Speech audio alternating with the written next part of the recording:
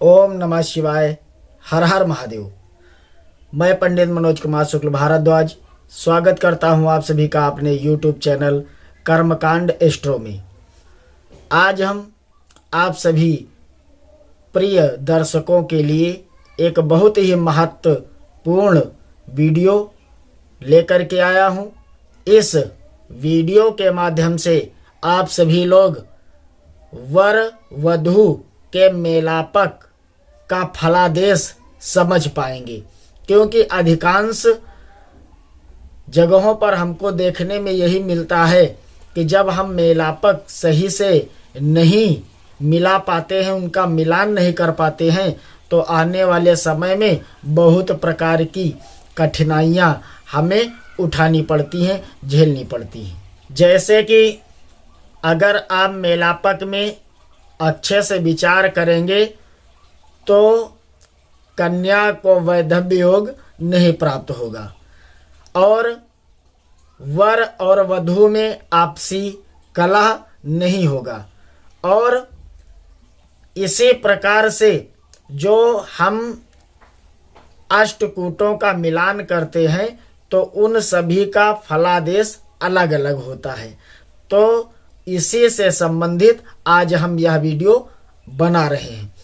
तो आइए वीडियो प्रारंभ करते हैं। उससे पहले आपसे एक ही निवेदन है कि आप सभी लोग हमारे चैनल को सब्सक्राइब करें, बेल आइकन प्रेस करें। अगर आपको किसी प्रकार की समस्या है तो उसके लिए आप कमेंट कर सकते हैं, यथोचित उत्तर दिया जाएगा और जो कुछ भी बताया जाएगा वो सब धर्मशास्त्रों के अनुसार ही बताया जाएगा। तो आइए वीडियो प्रारंभ करते हैं। इस वीडियो के माध्यम से हम आपको विवाह मेलापक में जब हम वर वधू के गुण दोषों का मिलान करते हैं तो उसमें सबसे पहले वर्ण देखना पड़ता है।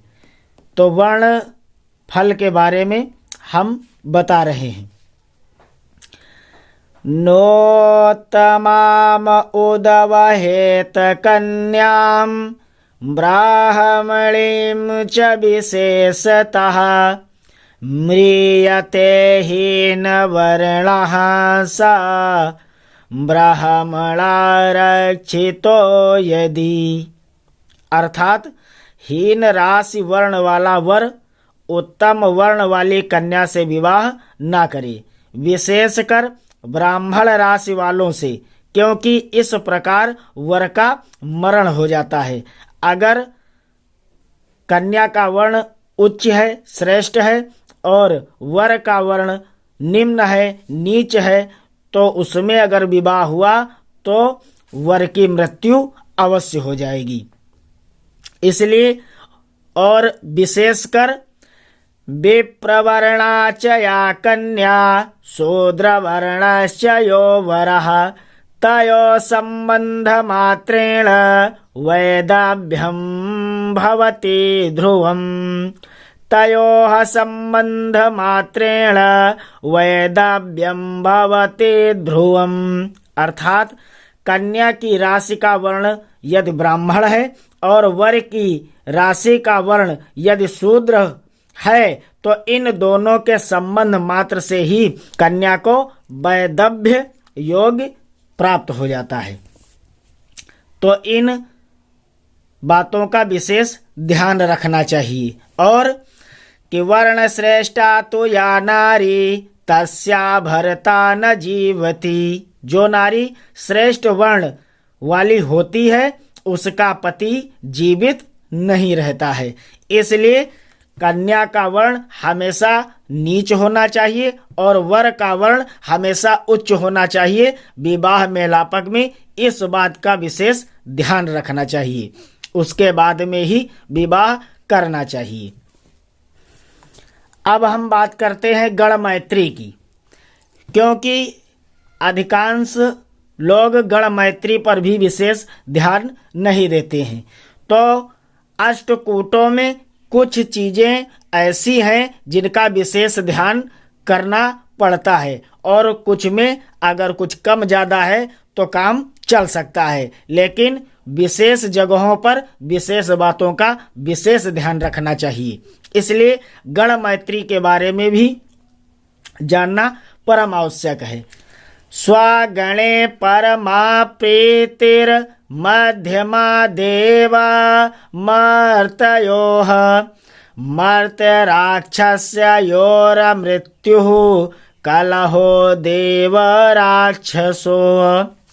अपने अपने गण में अत्यंत प्रीति होती है, मनुष्य और देवता गण में मध्यम प्रीति होती है, मनुष्य और राक्षस गण में मृत्यु तथा देव और राक्षस गण हैं तो इनमें निरंतर कलह बनी रहती है। इसलिए गण मैत्री का विचार करने के बाद में ही विवाह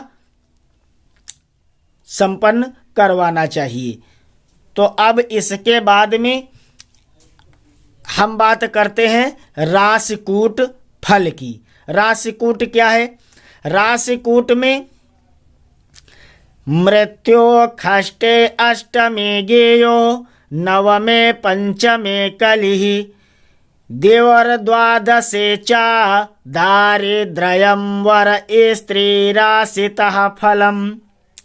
वर की राशि से कन्या की राशि तक गिनने से 6 8 हो तो मरण, 9 5 हो तो कलह, 2 12 हो तो दरिद्रता समझनी चाहिए। जैसे कि बहुत जगहों पर आप देखे होंगे, लोग कहते हैं कि जब से इनके यहाँ से विवाह हुआ है तब से हमारे घर में दरिद्रता का निवास हो गया है।